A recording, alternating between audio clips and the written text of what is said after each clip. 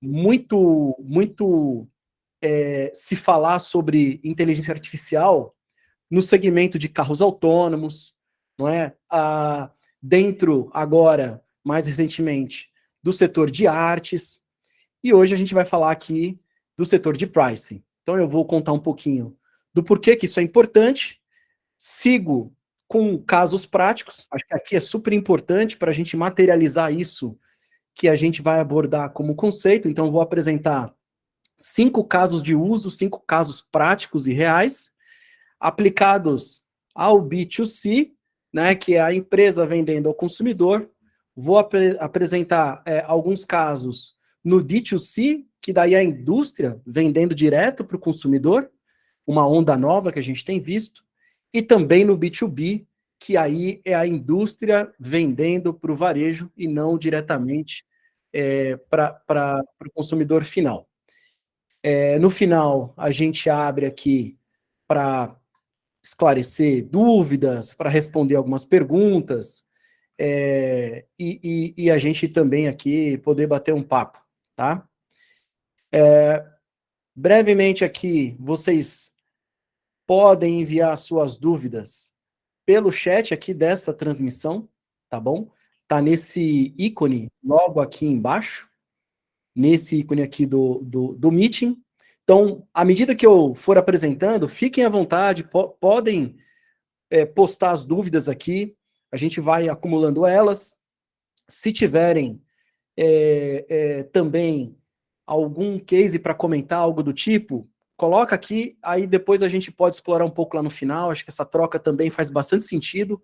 Eu vou trazer muita coisa, mas ouvir de vocês também é legal, porque a gente vai trocando algumas figurinhas, fica bem mais rico aqui a conversa.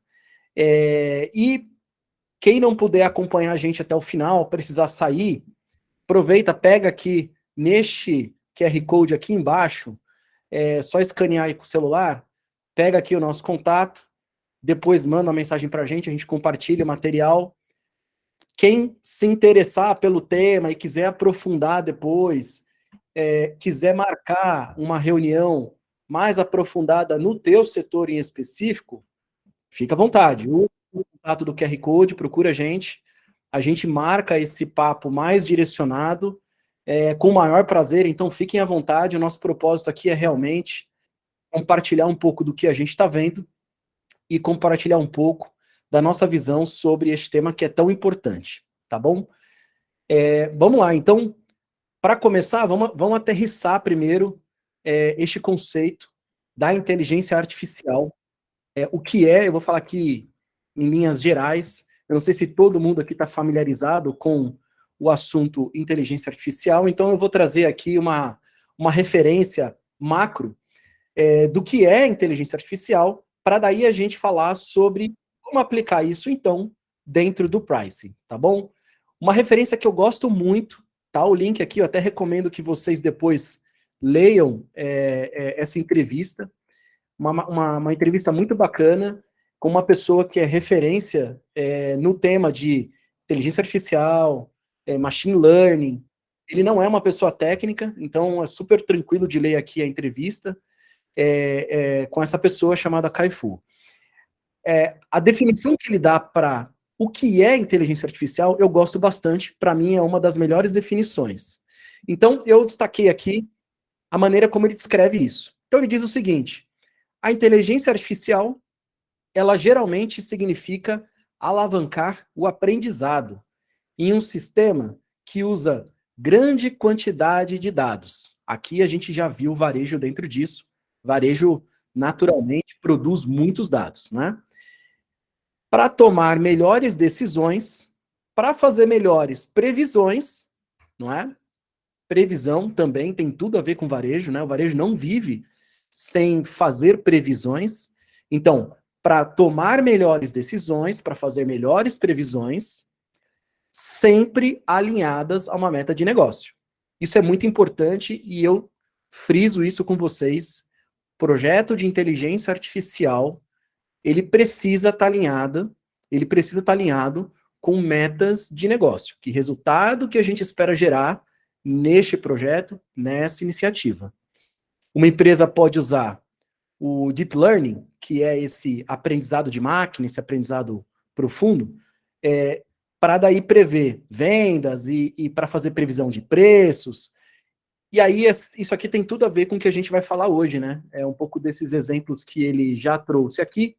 A gente vai falar muito sobre previsão de venda, de demanda, e a gente vai falar muito sobre a otimização dos preços, como os preços podem contribuir para um aumento na demanda, podem contribuir para o atingimento dos nossos resultados. Eu trouxe também algumas referências para que a gente entenda mais ou menos aí como que o mercado como um todo está olhando para esse tema da IA, e depois eu trouxe um outro dado, que é como o mercado está olhando para o tema da IA dentro dessa caixa mais de varejo e de pricing, tá bom? Então, nesse gráfico da esquerda, a gente tem essa referência aqui muito boa, que ela nem é tão antiga, ela era do ano passado. É uma pesquisa que mostra os setores que estão assim mais maduros no que tange aí o emprego da inteligência artificial. A gente pode ver aqui embaixo, varejo, e eu até fiz aqui um tracejado para mostrar que essa barra mais escura, que significa o que está mais maduro, então a gente tem aqui 3 barrinhas, né? A classificação assim, iniciativas já maduras, aqui a gente está ainda testando, tentando entender, e aqui a gente está só ainda considerando iniciar algum teste. Então o que a gente pode ver nesse gráfico é que o varejo é o setor que já está mais maduro na adoção, né, no emprego da inteligência artificial dentro das suas áreas, para alguma área, para alguma funcionalidade. Isso é bem interessante, como eu disse lá atrás, o varejo tem abundância de dados, o que é muito bom, e por outro lado, torna bastante difícil, pela abundância de dados, torna bastante difícil daí de também produzir resultados se a gente não se utilizar de técnicas e de tecnologias mais avançadas. À direita, a gente tem um gráfico mostrando o porquê as empresas que ainda não estão adotando uma iniciativa de inteligência artificial, o porquê, né, elas não estão adotando, e aqui a gente tem, vamos falar desse lado aqui, primeiro, 19% estão dizendo que não tem gente treinada, qualificada, tem dificuldade com conhecimento dentro da companhia. Então não tem esse conhecimento e, portanto, é difícil de começar ali algum projeto, de adotar iniciativas usando inteligência artificial. Então esse é o primeiro motivo. Depois, 18% diz que tem uma dificuldade muito grande com a qualidade dos dados que estão hoje dentro da companhia. Esses dados não estão estruturados, ou eles não estão com a qualidade devida, então essa é uma segunda dificuldade. Em terceiro lugar, a gente tem aqui uma dificuldade, com 17%, que é a dificuldade de identificar casos de uso, né? É a dificuldade de entender onde a IA pode se encaixar dentro da companhia, né? Então, estes 3 grandes motivos, e a gente não vai falar dos demais, eles já são mais de 50%, tá? Dessa pizza aqui. Então, falta mão de obra qualificada ou conhecimento, falta dados com qualidade e falta entender a aplicação. E aí, neste webinar aqui de hoje, o propósito é realmente falar sobre estes casos de uso, como a gente pode aplicar isso no varejo. A gente vai falar bastante sobre pricing, usando o pricing para atingir resultados da empresa, resultados de negócio, venda, margem e assim por diante. E por si só, a tecnologia, que é um pouco do que a gente faz aqui na Precifica, ela ajuda a resolver essas outras 2 barreiras, porque a tecnologia por si só tem muito conhecimento embarcado, não é? Então, é isso que a gente vai ver aqui hoje, mais para frente. Uma última referência que eu trouxe é da Forrester, e aqui também uma visão interessante. Eles fazem um estudo e publicam esse report, esse aqui é do ano passado. Esse report, eles têm esse quadrante, onde a parte de cima do quadrante está escrito aqui alto valor para o negócio, né? Então, eles dividem entre iniciativas que já se mostram gerar alto valor para as companhias, para os negócios. Aqui embaixo, na linha de baixo, baixo valor para o negócio. E nas colunas, nessa coluna aqui, a gente tem baixa maturidade, ou seja, uma coisa ainda que não está ainda para evoluir, e alta maturidade, algo que já está rodando e comprovando o resultado. E eu trouxe esse gráfico, isso está nesse estudo da Forrester, porque eles destacam aqui como alto valor agregado para os negócios e já bem maduro. Então, nesse quadrante aqui à direita, estão iniciativas que as empresas devem manter investimentos, tá? E aí eu destaquei 3 deles aqui que eu achei super interessante, tem tudo a ver com o que a gente vai falar hoje. Esse aqui é a otimização de inventário, otimização dos estoques, é uma dor, né? Fazer uma melhor gestão do seu ativo imobilizado ali, que é o estoque.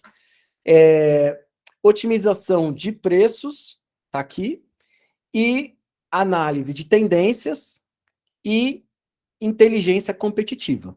Tá? Então, o que a gente vai abordar daqui para frente é exatamente a junção dessas 3 caixinhas. A gente vai falar sobre como otimizar os estoques e gerar mais resultado para a companhia, através do pricing, né? Então, otimização de preços, e também se utilizando muito de previsões de tendências e análise de concorrentes no meio desse nosso objetivo de gerar resultados.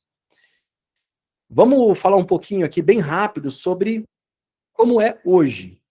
Como que a gente enxerga o hoje, para daí a gente falar sobre o que a IA vem fazer de diferente em relação ao que hoje é feito. O que a gente entende é que você utilizar o preço como uma ferramenta para gerar resultados para a empresa, e o preço ele não é o fim, ele é o meio, ele é uma ferramenta para você provocar mais demanda, ou para provocar menos demanda, para evitar uma ruptura de estoque, para acelerar a saída daquele estoque. Então, é uma ferramenta para atingir um objetivo. Para atingir esses objetivos, a gente entende que existem caminhos que são mais comumente utilizados, como, por exemplo, o uso do markup, também conhecido como cost plus, que basicamente é você pegar ali o preço de custo do produto e aplicar um fator, 2,5, ou seja, você multiplica o preço de custo por uma taxa, o markup, e isso dá o preço de venda. Então, isso ainda é muito utilizado, mas é uma forma de fazer bastante superficial, tá bom? Depois a gente tem ainda uma evolução disso, que é utilizar o preço da concorrência, o movimento da concorrência. Então a gente vai evoluindo e é muito bom ir utilizando mais e mais dados para ajudar a tomar melhores decisões. Porém, o que a gente percebe é que ainda existe um conjunto muito grande de fontes de dados, de variáveis, que elas estão abaixo desse nível do mar aqui, né? Então ainda são pouco explorados por serem mais complexos de se obter. Então é mais complexo de se obter essa fonte de dado. E mesmo que eu tenha ela, é mais complexo de interpretar e utilizar ela a favor de um pricing bem feito. Então, por exemplo, eu posso citar aqui as vendas, padrão de venda, né, que vai derivar em elasticidade cruzada, que é a relação de como minha venda, a demanda pelo meu produto é afetado pelo movimento de preço da concorrência, sazonalidade, eu já falei, os níveis de estoque, então assistindo os níveis de estoque na linha do tempo, então também diz muita coisa sobre demanda, custos por canal, né? Hoje as empresas vendem cada vez mais em múltiplos canais, no próprio e-commerce, na loja física, no marketplace, no comparador de preço como um Google Shopping, como um Zoom, no app, na versão mobile do site e por aí vai. O fluxo de cliente no site ou numa loja física, que seria o page views no site, o fluxo na loja física, clima, indicador econômico e por aí vai. Então, existem muitas fontes de dados, existem muitas informações que explicam muito o comportamento de demanda. E esses dados devem ser utilizados a favor do negócio. A nossa visão sobre a inteligência artificial pode ser usada no pricing para dar mais poder para as áreas de pricing, área comercial, né, para as áreas da companhia, é realmente integrando os objetivos de negócio, é realmente trazendo uma visão holística e não olhando uma caixinha ou uma engrenagem separada da companhia. Por exemplo, você tem geralmente uma área comercial, uma área de pricing, que está definindo ali as políticas de preço. E ela tem as suas metas, né? E aí você tem geralmente uma área de marketing que está gerando demanda através de campanhas e que está ali buscando mais descontos, cupons, junto com essa área que define seus preços. E essa área, ela então está gerando demanda e buscando conversão. Você tem uma outra área, geralmente uma área de supply, que está olhando ali os níveis de estoque e, de repente, ela está vendo uma demanda crescente e super preocupada em não gerar ruptura. Só que a área de marketing continua, né, acelerando demanda, sem olhar para os níveis de estoque, que é responsabilidade, geralmente, de uma outra área. E, por fim, aí geralmente tem uma área financeira que está de margem. E aí essa área financeira, ela eventualmente está pedindo lá para as outras áreas, área comercial, pricing, até área de marketing, para ajustarem as suas iniciativas, porque não adianta só vender, é preciso também gerar resultado financeiro. Não é? Então, a nossa visão para a solução de inteligência artificial dentro do universo de pricing é exatamente juntar todos esses objetivos e usar o preço para gerenciar isso de uma forma bastante unificada, tá bom? Por fim, aqui, o que a gente enxerga é que, na prática, aí, as empresas, por estarem fazendo de um jeito quase que manual, ou mesmo manual, elas vão se concentrar naturalmente na curva A. Então, vão fazer uma gestão de preço, uma gestão de pricing, num grupo menor de produtos, naqueles produtos que vendem mais, a curva A. Então, fazem um estudo numa quantidade menor de produtos, com uma certa intensidade, e aí, a partir desse estudo, é desdobrado, então, a estratégia de preço para aqueles outros produtos que estão ali no long tail. Então, essa estratégia de preço ela é replicada, ela não é feita no detalhe para cada produto, de novo, por limitações do como é feito hoje. E dentro da inteligência artificial existe essa caixinha de machine learning, que é o que eu comentei um pouco lá atrás, né? Utilizar os dados para entender padrões e daí executar otimizações. Porém, aqui, essas otimizações, elas não são voltadas para uma curva A. A ideia é fazer uma otimização num nível muito grande de produtos. A ideia é extrair pequenos resultados na maior quantidade possível de produtos, porque essa otimização total na curva A, B e C vai trazer um resultado muito bonito aí para a companhia. E a gente pode ver esse tipo de resultado, é um resultado real, é um pouco de como a gente demonstra resultado quando a gente opera essa tecnologia com o nosso cliente. O que vocês estão vendo aqui, basicamente, é um teste AB. Um dado cliente rodou uma prova de conceito com a gente pegou ali uma categoria em específico, a gente quebrou essa categoria em dois grupos. Então, por exemplo, assim, eu gerencio 50 produtos dessa categoria com a IA, deixo a IA controlar, e os outros 50 produtos, digamos que tinham 100, os outros 50 produtos, o nosso cliente vai gerenciar como ele sempre fez. E a gente fez esse experimento, e aqui está o resultado ao longo de um período bastante curto. A linha vermelha, o grupo de controle, é o resultado que o nosso cliente entregou no final do período fazendo como se faz geralmente, e a linha verde é o que a IA conseguiu entregar no mesmo período para um mesmo tipo de produto, ticket parecido, categoria parecida, né? Então, a gente pode ver essa diferença na entrega de receita, né, faturamento, tá aqui, GMV. Do lado direito, a gente tem um indicador que é dias de estoque. O que a gente percebe é que no meio do período para frente, a linha verde, né, que é a IA, ela conseguiu acertar mais o giro de estoque. Aqui é o volume médio diário, e aqui é o ROA, que é a margem financeira, a margem de contribuição, dividido pelo valor financeiro do estoque. Então, também aqui tem uma diferença nesse período, tá bom? Então, esse é um pouco do resultado que a gente realmente consegue gerar utilizando essas técnicas muito quantitativas, baseadas em dados, ok? Vamos seguir agora para os casos de uso. Eu vou apresentar, como eu falei, 5 casos de uso.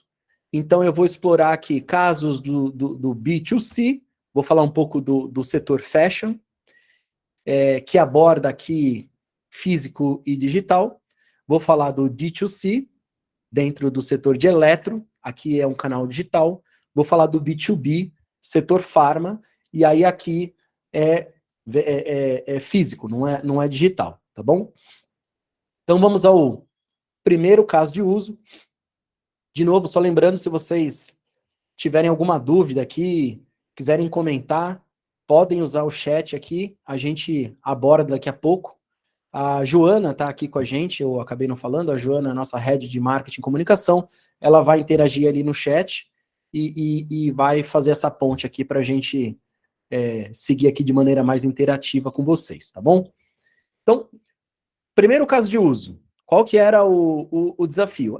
A gente tinha um produto novo, ele não tem histórico de vendas, e aí já começa o primeiro desafio, porque se o produto é novo e não tem histórico de vendas, como é que a gente vai usar uma base quantitativa, histórica, para produzir resultados mais assertivos? Eu não tenho essa base para esse produto que nunca foi vendido. Então, esse aqui é o problema. O nosso objetivo aqui era, então, construir um histórico de preços que não existia, construir este histórico de vendas e produzir no final a curva de elasticidade de preços para este produto. É esse produto que a gente está vendo à esquerda.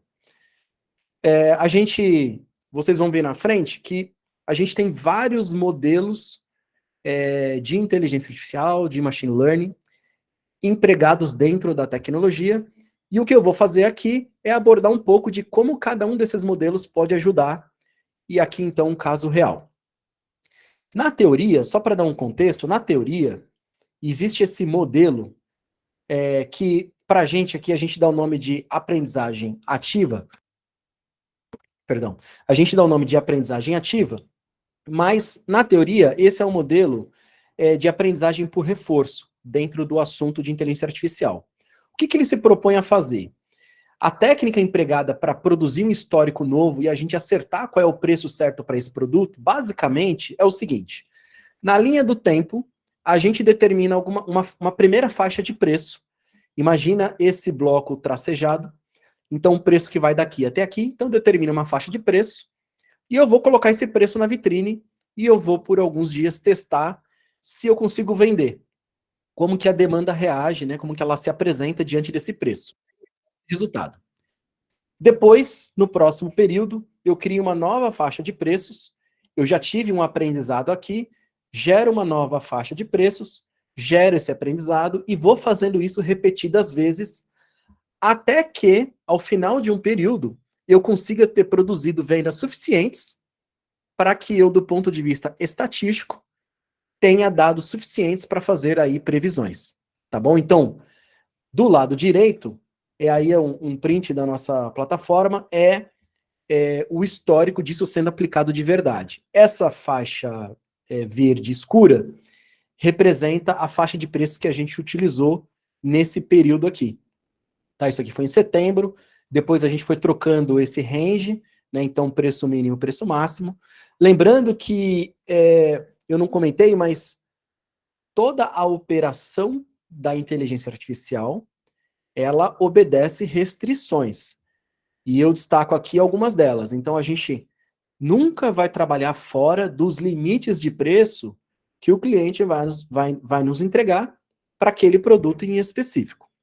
Preço mínimo, preço máximo, e no caso aqui, como a gente vai fazendo uma série de testes e aprendizados para descobrir a faixa de preço onde a demanda responde melhor, a gente não pode também usar o estoque inteiro para aprender.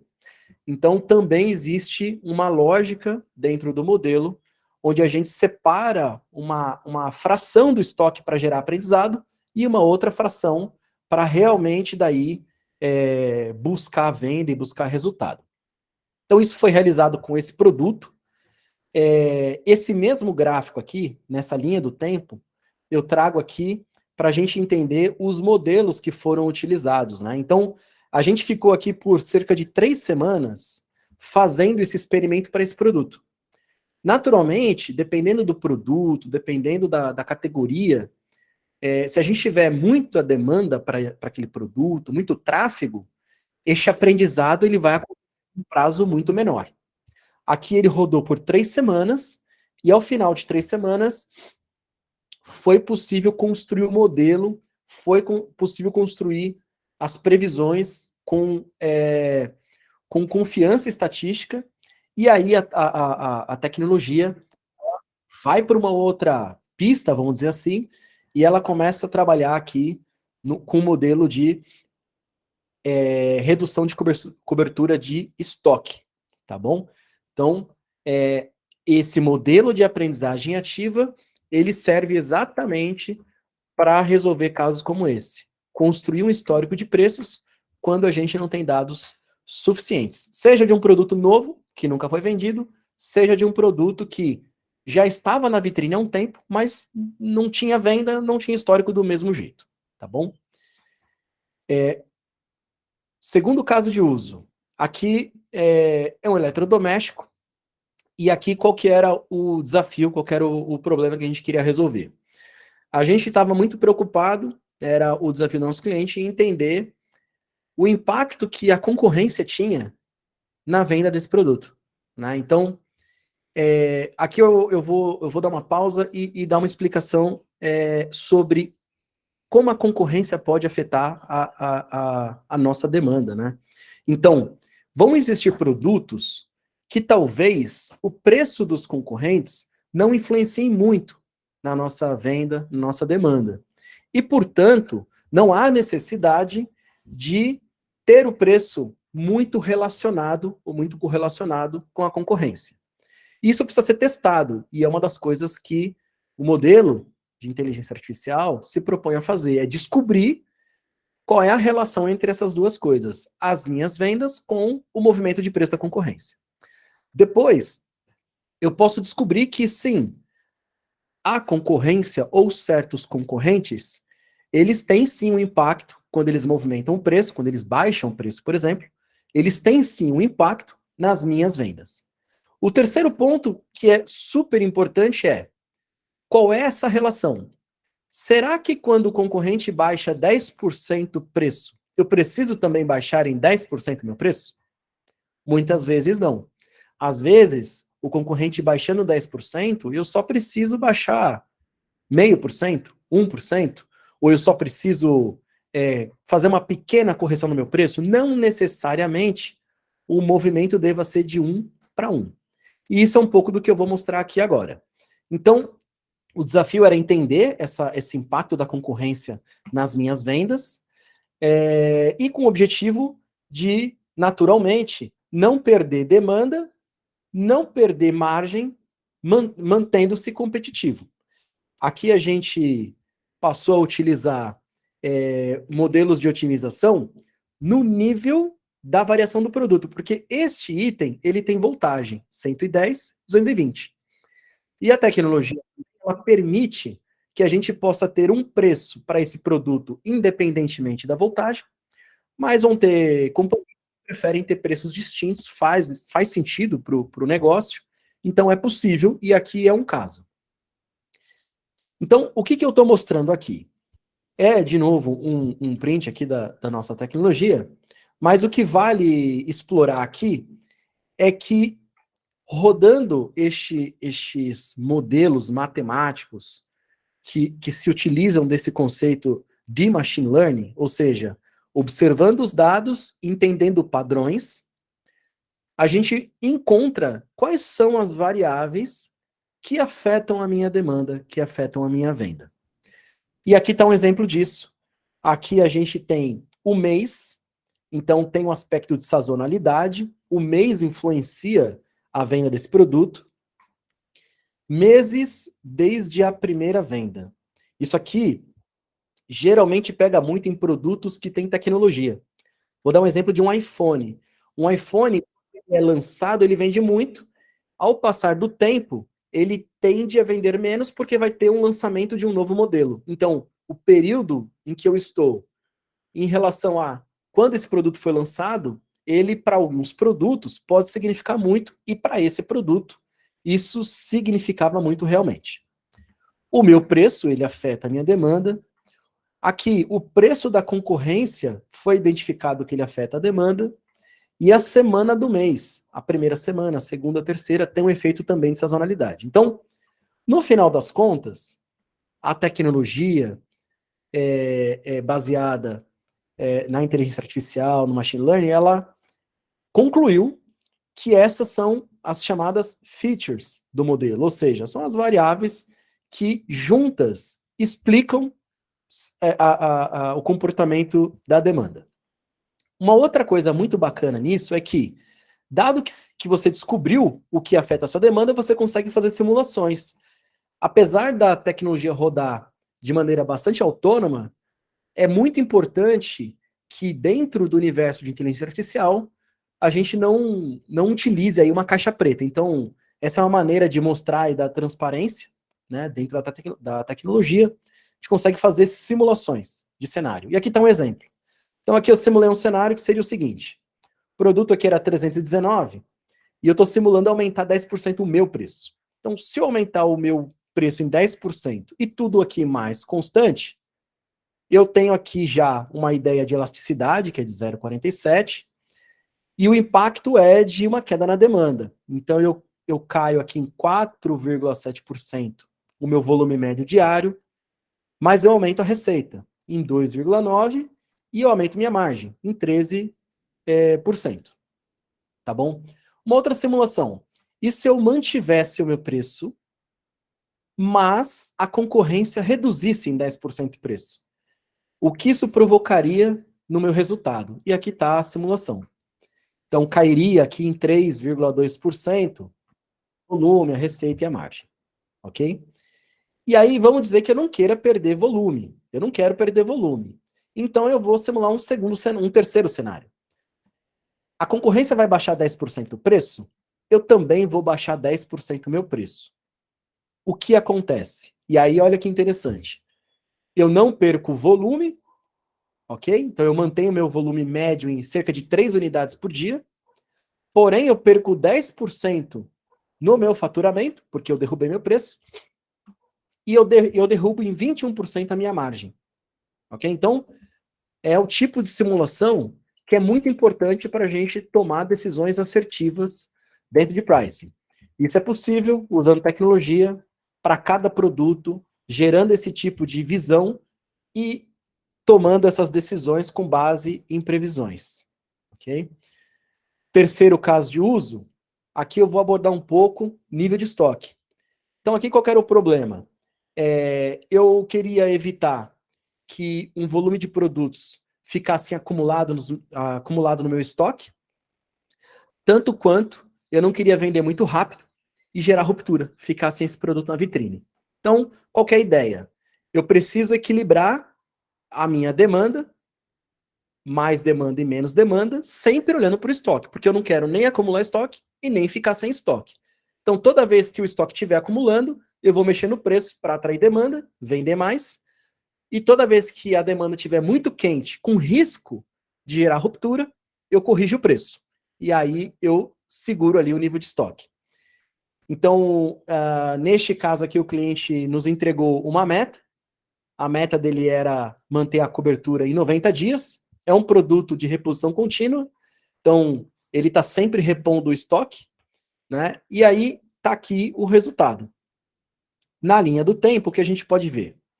Primeiro, uma linha cinza, que representa aquela meta que o cliente deu para esse item, 90 dias de estoque, de cobertura de estoque. E a linha verde é a previsão que o algoritmo vai fazendo, tá? Então, é a cobertura estimada pelo algoritmo, ok? Então, o que a gente percebe aqui é que, aqui perto do dia 8, a demanda ela estava provavelmente quente, o que fez com que a cobertura do estoque, que deveria estar em 90, começou a cair para 50 e veio aqui perto de 25 dias. Então, entre o dia 8 e o dia 22 aqui, que é quando a cobertura começa a cair, onde gera risco de a gente ficar em ruptura, a tecnologia, ela dentro do limite de preço que o cliente nos dá, que é essa faixa cinza, limite mínimo, limite máximo de preço, ela vai trabalhar, então, para corrigir essa curva de cobertura. Então vejam aqui que do dia 8 ao dia 22, que está mais ou menos aqui, é quando os preços começam a se movimentar, tá bom? E aí isso vai acontecendo ao longo dos dias. Se eu sobrepor um gráfico no outro, o que eu vou enxergar é isso daqui. São os mesmos dois gráficos. Então, a barra verde, ela mostra no dia a faixa de preço que eu usei. Então, quando ele tem um pontinho menor, é que a gente basicamente não mexeu no preço. Quando tem uma barra maiorzinha, é que a gente variou o preço nesse range aqui. Então, o que a gente percebe? À medida que a cobertura vai caindo abaixo dos 90 dias, o 90 dias está aqui, ó, ela vai caindo para perto aqui dos 30 dias, o preço começa a aumentar. Ó. O preço começa a aumentar, e aí o efeito do preço aumentando é que, na sequência, a curva começa a inverter. Então, o estoque começa a acumular, por quê? Porque a gente aumentando o preço, retém vendas. Isso é feito de forma gradativa, dia a dia, para não gerar impacto na maneira que o consumidor enxerga aqueles preços. O nível, a cobertura de estoque vai subindo, a gente não quer acumular, ela vai chegando aqui, ela passou um pouco dos 90 dias, e aí o preço começa a cair. A gente mantém o preço, porque nada está acontecendo, a gente mantém o preço aqui embaixo, e aí vai caindo, e aí esse movimento vai acontecendo. Então, isso é bastante dinâmico. O cliente dá essas metas no nível de produto, no nível de variante. Então, ele pode fazer uma carga, um upload, né? Podem ter diferentes metas por produto ou grupo de produto, por categoria, e a tecnologia vai encontrando esse ponto ótimo. Este case, ele é no B2B, setor pharma, e aqui o desafio, eu vou avançar um pouco por conta do tempo, o desafio aqui era identificar com que velocidade eu faço a venda de certos produtos. No varejo B2C, quando eu vendo para o consumidor, geralmente, vamos falar de um e-commerce, geralmente a frequência esperada de venda de um produto ela é diária. Então isso me permite fazer troca de preços, experimento de preços diariamente, se eu quiser, se o negócio do nosso cliente permitir. Então, simplificando, um teste, um movimento de preço num dia pode ser, o resultado pode ser obtido 1, 2 dias depois. Mas no B2B, o que a gente identifica é que o pedido de compra de uma empresa para outra no B2B não acontece, não acontece diariamente, acontece algumas vezes ao longo do mês, se não somente uma vez ao mês. Então, aqui, o que a gente está mostrando é que a tecnologia é capaz de detectar exatamente isso daqui. Esse produto é um produto que vende a cada 2 dias. E esse é um produto que vende a cada 7 dias. Então, se eu descobrir o ciclo de venda do produto, isso também muda completamente a minha maneira de precificar o produto. Porque eu não posso, daí, decidir fazer uma mudança de preços numa segunda-feira para todo o meu catálogo de produtos. e esperar o resultado 1, 2 dias depois.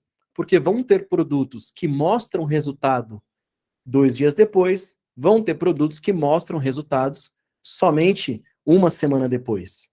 Então, isso também é identificado, esse ciclo de venda é identificado no nível do produto, e isso muda o comportamento de precificação de cada produto, ok? O quinto exemplo, o quinto caso de uso, aqui é um exemplo bastante típico no setor fashion, que é o conceito de markdown.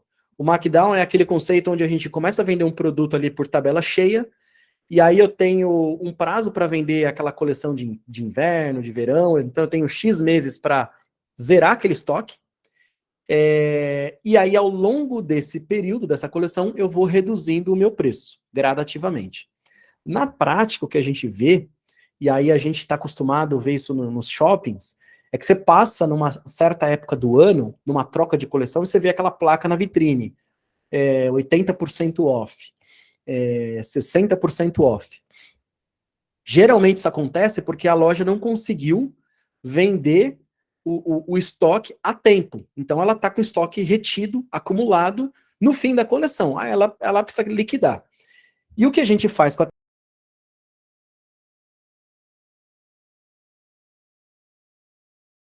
mercado, acho que é na Holanda, se eu não me engano, esse supermercado, é uma rede bastante grande, que conseguiu otimizar muito a saída dos produtos com base na validade, que é um conceito bastante parecido com o de coleção.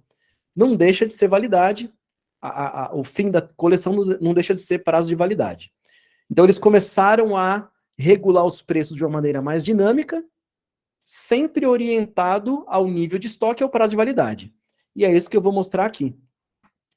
É bastante parecido com o que eu mostrei anteriormente, sobre aqueles 90 dias de giro de estoque. A diferença é que aqui, essa cobertura de estoque, ela é decrescente, por conta da validade. Então, aqui nesse dia, eu tinha 50 dias para vender esse produto, vai passando aqui dia a dia, e esse meu prazo vai terminando. Então, aqui de novo, quando a gente começou a operar o produto, a cobertura era estimada em 75 dias, e o meu prazo era de 50 dias. Tinha 50 dias para encerrar a coleção. E aí a tecnologia, de novo, aqui um gráfico sobreposto, né, de preços com a cobertura de estoque, eu posso ver que os preços vão sendo trabalhados para fazer exatamente essa correção, que é a linha verde, que é a estimativa, ficar o mais próximo possível da linha cinza. Então vejam que a gente cruzou aqui mais ou menos no dia, talvez dia 10 de agosto, que está mais ou menos aqui, ó. E aí a gente ficou abaixo desse prazo, e o que a gente pode ver aqui, ó, no dia 10 de agosto, é o mesmo produto, a gente mostra aqui os modelos que foram sendo utilizados, que foram sendo empregados, dia após dia. Então, mais ou menos no dia 10, é quando a gente sai da otimização de estoque, ou seja, a gente consegue cruzar o ponto ótimo, passamos aqui para baixo, mais ou menos aqui no dia 15, e aí mais ou menos no dia 15, a gente entra com o modelo que é para maximizar faturamento. Ou seja, se eu estou com o nível de estoque adequado, estou dentro da validade, eu agora começo a usar um preço para entregar mais faturamento. E aí está dando muito certo. Em dando muito certo, mais ou menos aqui, um pouco antes do dia, talvez 25, vou olhar aqui no gráfico de novo, ó, dia 25 de agosto, tá mais ou menos aqui, ó, tá dando muito certo, o que a gente faz? Vai para um modelo um pouco mais agressivo no preço, que é um modelo que busca um ponto ótimo para maximizar a margem. E aí maximizar faturamento e maximizar margem não significa só aumentar preço, porque eu posso aumentar preço e não vender. Então, se eu aumentar preço e não vender, eu não maximizei nada, eu não entreguei nesse faturamento. Então a gente usa muito a tecnologia, esse machine learning, para encontrar no histórico de preços as curvas de elasticidade, os padrões de sazonalidade, as relações com outras variáveis, como concorrência e outros que eu comentei, para conseguir fazer um bom movimento de preço, um movimento que jogue a favor do negócio, não uma troca de preço genérica que não vai mexer no ponteiro, tá bom? E a gente vai vendo essa dinâmica acontecendo na linha do tempo. A gente está chegando ao final, eu vou passar aqui mais rápido. Existe um link aqui onde a gente tem mais um caso de uso bem interessante. Essa faixa amarela aqui é o período em que a gente ligou a inteligência artificial. E esse período aqui que está fundo branco é antes de ligar a inteligência artificial. Então a gente ligou aqui a inteligência artificial para esse produto e a gente comprovou um resultado no volume médio diário, dá até para ver nas barrinhas, uma frequência mais dia a dia aqui de venda. Então a gente aumentou em 27% o volume médio empregando essas tecnologias, produto a produto. E a gente entregou também um incremento de 29% no faturamento. Porque antes, como a gente pode ver aqui, antes do uso da inteligência artificial, esse nosso cliente, basicamente, ele não fazia otimização de preços para todos os produtos. E esse é um item do long tail. Esse é um produto que ele ficava quase que esquecido. Não era curva A. Então ficava ali meio que estático. A gente pode ver que os preços meio que não se alteravam. E aí, quando a gente conectou a inteligência artificial, foi nos dada essa faixa cinza de preços, onde representa o preço mínimo que eu posso usar e o máximo que eu posso usar. E aí, usando toda essa tecnologia que eu mostrei ainda há pouco, a gente foi ali encontrando o preço ótimo, produto a produto, para gerar mais resultado, que aqui no caso foi 29% mais de faturamento. E aí nesse link depois vocês podem ler um pouco mais detalhadamente esse caso de uso aí super bacana. Eu vou mostrar um vídeo super rápido. É um filme. Esse filme ele mostra na linha do tempo um time-lapse, né? Então a gente gravou o histórico de uso da IA. Então esse gráfico ele tem aqui embaixo um eixo de margem, aqui a gente tem um eixo vertical de volume médio, e cada bolinha representa um produto. A gente tinha vários produtos aqui, a gente pode ver à direita, mas nem todas as bolinhas aparecem aqui, porque nem todos eles estavam gerando venda. Então a gente pode ver esse patamar de margem, que não sai muito daqui, não se mexe muito, e aí a gente ligou a IA aqui em fevereiro. Quando entra fevereiro, a gente começa a ver muito mais produtos no radar. A gente otimizando os preços no long tail, não só na curva A gente mantém o nível de margem aqui, né? A gente não sai desse patamar como antes, e a gente vai aumentando o volume médio diário, por isso as bolinhas estão subindo, a gente está vendo mais volume médio diário, e o tamanho da bolinha representa a quantidade acumulada. Então a gente vai ver que a IA rodando no long tail, ela vai gerando resultado num número muito maior de produtos. E isso vai aí até mais ou menos o mês de abril, onde a gente conseguiu liquidar ali o estoque do cliente e gerar bons resultados. Eu vou deixar aqui agora, num último slide, algumas recomendações para quem gosta aí de literatura e tal. São conteúdos que eu gosto bastante, e eu fiz questão de trazer literatura de diferentes dimensões, assim. Então, esse primeiro livro aqui, eu gosto, esse aqui é um dos melhores livros que eu já li. Ele não é sobre pricing, mas tem tudo a ver com pricing.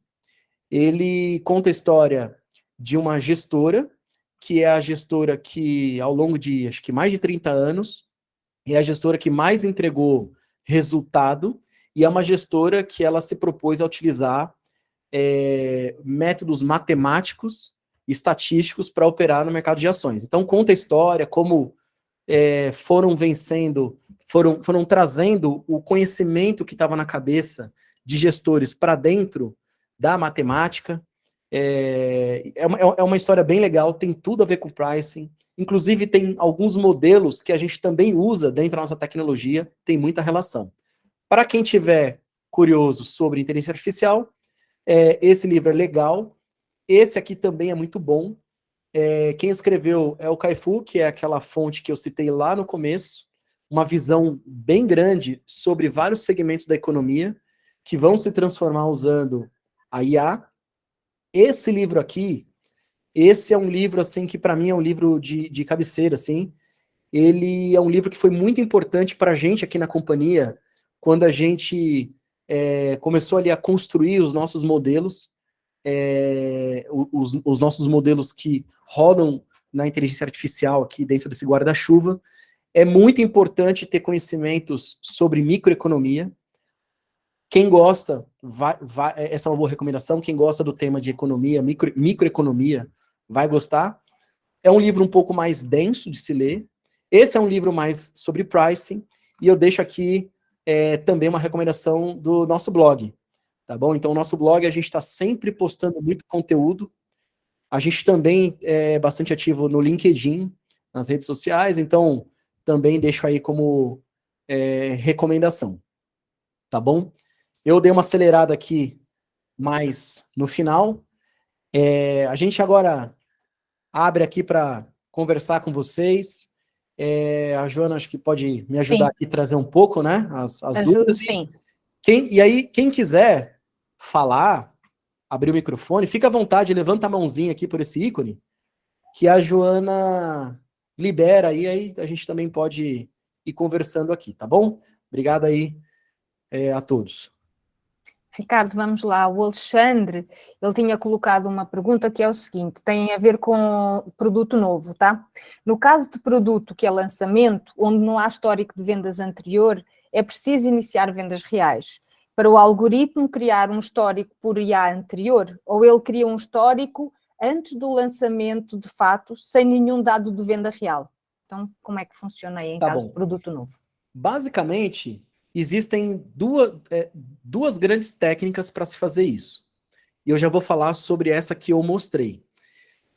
Existe uma técnica que ela é chamada de clusterização, cluster, que seria talvez até o mais óbvio. Você identifica produtos parecidos com este produto que está a ser lançado, produtos da mesma categoria, se a gente estiver falando de loja física, é importante também olhar as regiões, porque o comportamento de venda de um produto parecido numa região diferente tem comportamento diferente. Enfim, clusterizar significa trazer padrões para aquele produto que vai ser vendido. E aí a gente pode utilizar o histórico destes clusters, desses grupos de produtos, para fazer previsões mesmo antes de começar a vender esse produto novo. Essa é uma técnica. Essa que eu mostrei é uma segunda técnica. Ela, na verdade, ela é empregada no lançamento do produto. Então, aqui o nosso cliente, ele nos dá uma faixa de preços, mínimo e máximo, que é muito baseado, talvez, nesse conceito de clusterização. Então, ele fala, olha, você pode operar aqui esse produto entre 80 e 95 reais. Eu não sei muito bem, mas nessa faixa aqui, porque é mais ou menos o que a gente entende que funciona. Então, ele dá a faixa que pode ser baseado num conceito, como eu comentei, de cluster, de experiência própria e tal. E aí, o aprendizagem por reforço, ele vai funcionar em tempo real ali, no lançamento do produto, não antes. Pós-lançamento, na execução de venda dele mesmo.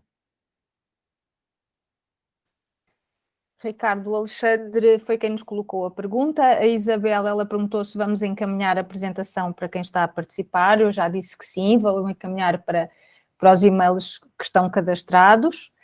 E também fiquem à vontade, para além de receberem a apresentação, para entrarem em contato connosco, caso tenham alguma dúvida adicional, queiram saber alguma especificidade do vosso setor, nós estamos super à disposição para atender.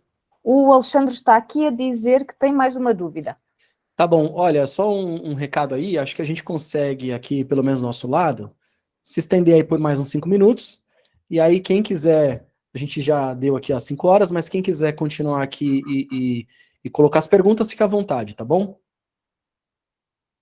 Ora, o Alexandre tinha mais uma dúvida. Alexandre, se quiseres, eu vou abrir aqui o microfone. Ele acabou de colocar aqui, peraí. Então. Só um segundo. No caso do segundo modelo, qual o preço inicial dentro da faixa? Perguntou o Alexandre. Tá bom.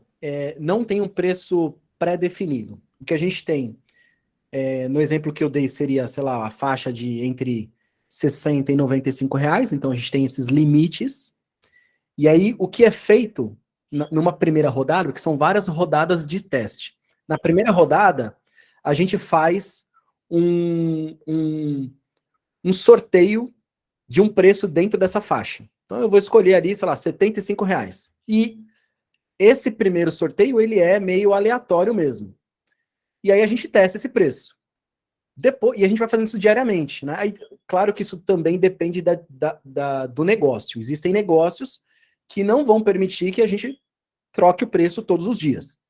Então, dentro da dinâmica de negócio, a gente vai para um segundo round. Então, eu posso ter gerado vendas aqueles 75 reais, tanto quanto pode não ter funcionado. No segundo round, eu vou fazer um segundo sorteio. Cada round que passa, ou seja, cada novo teste, eu vou coletando a minha experiência anterior para ir reduzindo o efeito aleatório dos novos preços. Então, o primeiro preço a ser usado, ele é aleatório.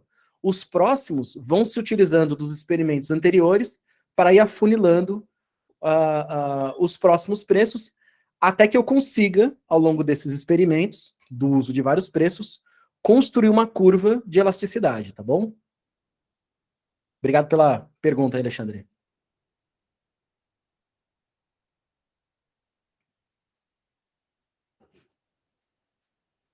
Acho que o Pierre aqui, Joana, quer fazer uma pergunta por áudio? Sim, desculpem que eu estava no mudo. Sim, está liberado o áudio. Pierre, podes perguntar. Boa tarde, tudo bem? Tenho centenas de perguntas para fazer, mas vou fazer somente duas. A primeira é, se eu quiser fazer um teste assim por conta própria no meu negócio, são produtos que são vendidos em várias tiragens, por exemplo, uma gráfica, e aí, em função da tiragem, o preço unitário diminui.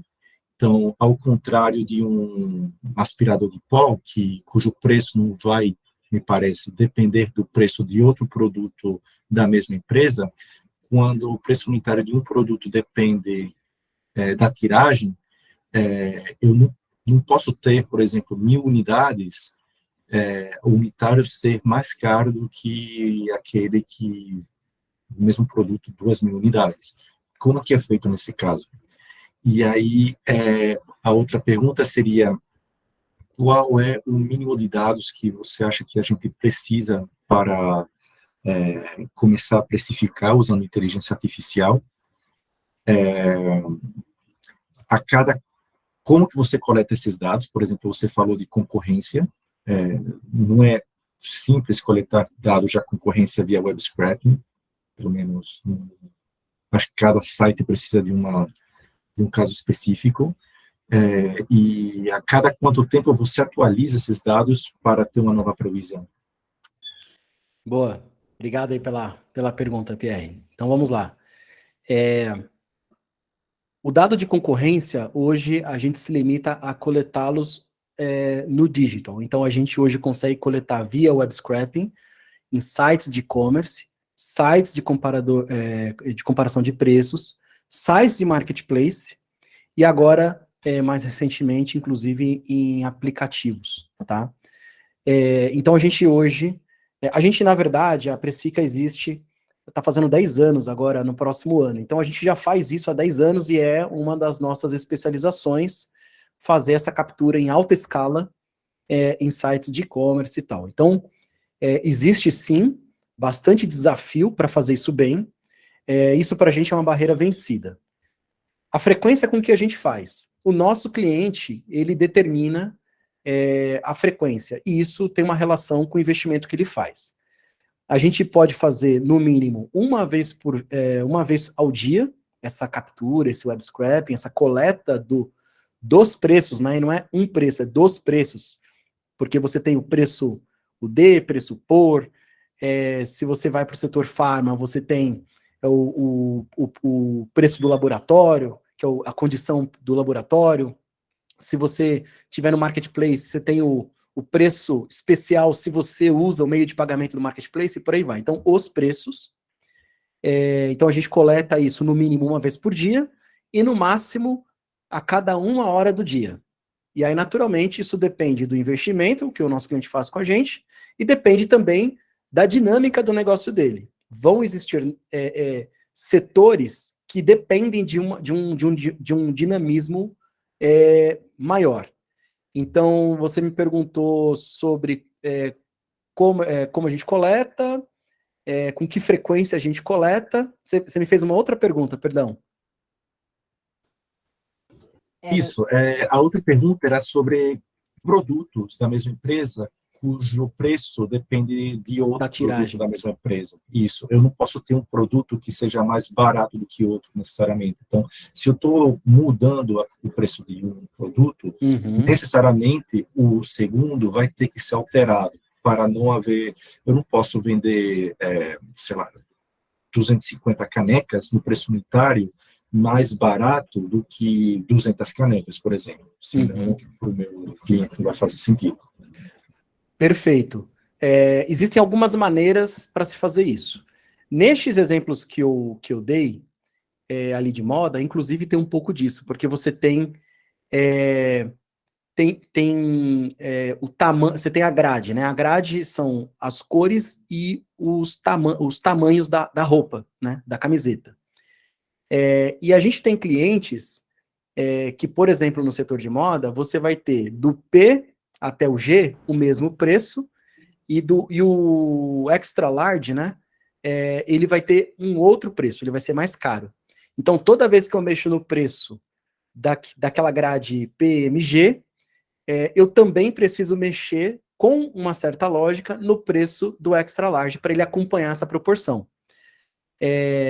Então, isso é uma questão de restrição, né? Eu comentei que a IA, ela opera com objetivo, aquele objetivo de giro de estoque, objetivo de gerar mais margem, e com restrições. Aí tem a restrição nunca operar abaixo do preço mínimo, a restrição de estoque, e você tem esse tipo de restrição, que é a relação dos preços entre produtos distintos, de uma mesma grade ou não. Talvez exista também, provavelmente do teu lado, e aí teria que dar uma pensada na melhor maneira, como eu disse, tem várias maneiras de implementar isso. Você pode ter também o conceito de desconto gradativo, né? Então, você tem um único item, que é o SKU, produto, cadastro, caneca. Você tem um preço, que é o preço para uma caneca. E se o volume de compra aumentar, o desconto é gradativo, ele vai aumentando o desconto, né? Então, essa seria uma outra lógica, onde você basicamente poderia trabalhar a precificação do preço de entrada e construir uma lógica que estaria dentro do conceito de restrição para as faixas de desconto na relação de volume. Não sei se expliquei aí. Faz sentido. Muito obrigado. Obrigado, Pierre. Ricardo, a Cláudia perguntou aqui se a identificação do produto é pelo GTIN. Tá. A gente não utiliza somente o GTIN, que é o código de barras.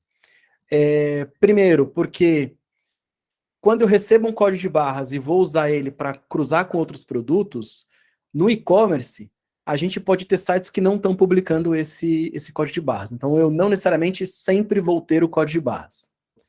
O segundo motivo é que, principalmente em marketplaces, a gente pode ter o código de barras publicado no site, mas ele pode estar errado. E aí, se eu confiar totalmente no código de barras, eu posso cruzar o mesmo código, mas o produto errado.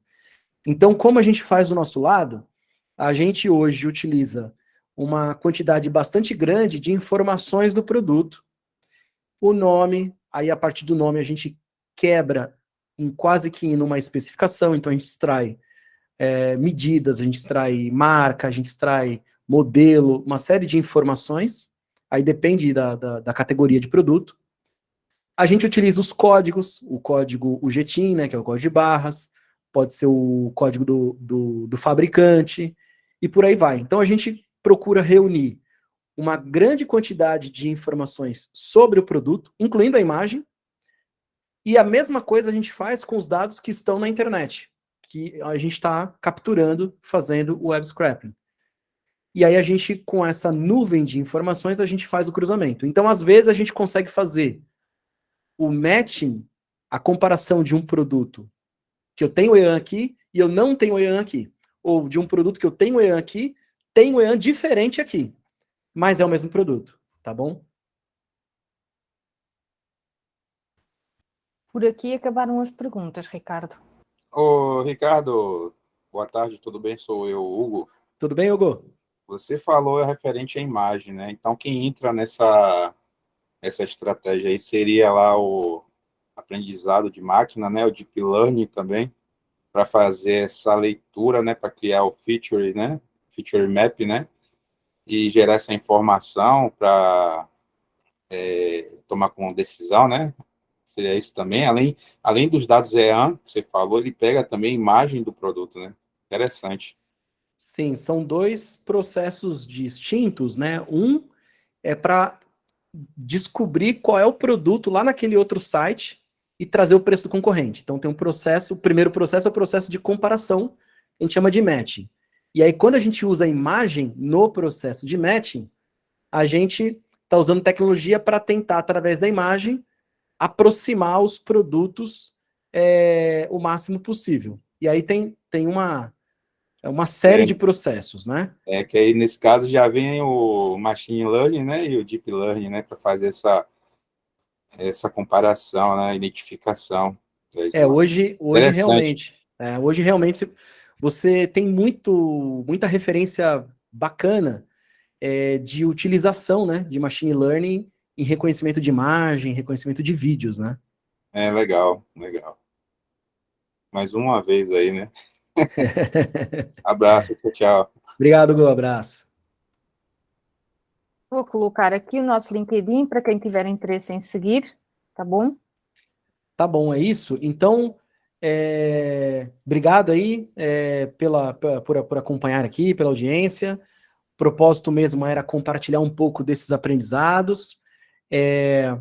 A nossa expectativa é que isso gere mais conhecimento para vocês que estão resolvendo desafios de pricing na companhia de vocês. Acho que dá para tirar insights aqui para dentro do negócio. E quem quiser trocar uma ideia um pouco mais direcionada, fiquem à vontade, a gente está super aberto aqui, chama a gente, te marca aqui uma conversa para falar especificamente sobre o setor de vocês, sobre desafios que vocês estejam enfrentando, tá bom? Ricardo, uma última pergunta aqui da Bianca. Claro. Que pergunta se o mapeamento da plataforma é sempre feito online em sites da concorrência, se só existe essa forma, ou se também é possível subir uma base de dados com informações da concorrência para a plataforma. Obrigado, Bianca, pela pergunta. É possível subir, sim. É possível subir. A gente consegue fazer hoje uma carga, a gente consegue inserir manualmente um a um na plataforma.